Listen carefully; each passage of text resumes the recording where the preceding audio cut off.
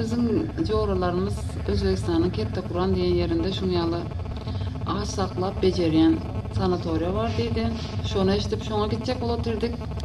Bir joralarımızın biri Lemmitçek Özbekistan'a gidip Türkmenistan'da da şeyle ağaç saklap beceriyen doktor var, sanatoriya var.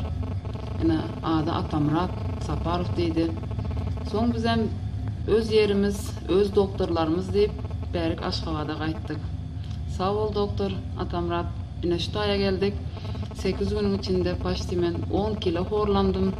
Bu açışen ettim. Özüm duyuşum qoğucu öt kaldım. Aşkazanım qoğu işleyen özüm duydum. Men bedenimde şeyle dübün yerlerim vardı, damarlarım. Operasiya dövründe qatak dübün qatak. Şolar polny yitti, tek iz oldu. Men şu taydan qoğu peyda taptım. Nerbileňe de peýda edýärmi? Hawa. Hudaýa şükür ýene de 2-3 aýlardan nesip bolsa ýene de gelerin. Şu Galadorpa iň bir gowy liçeniýalaryň biri diýip hasaplaýan.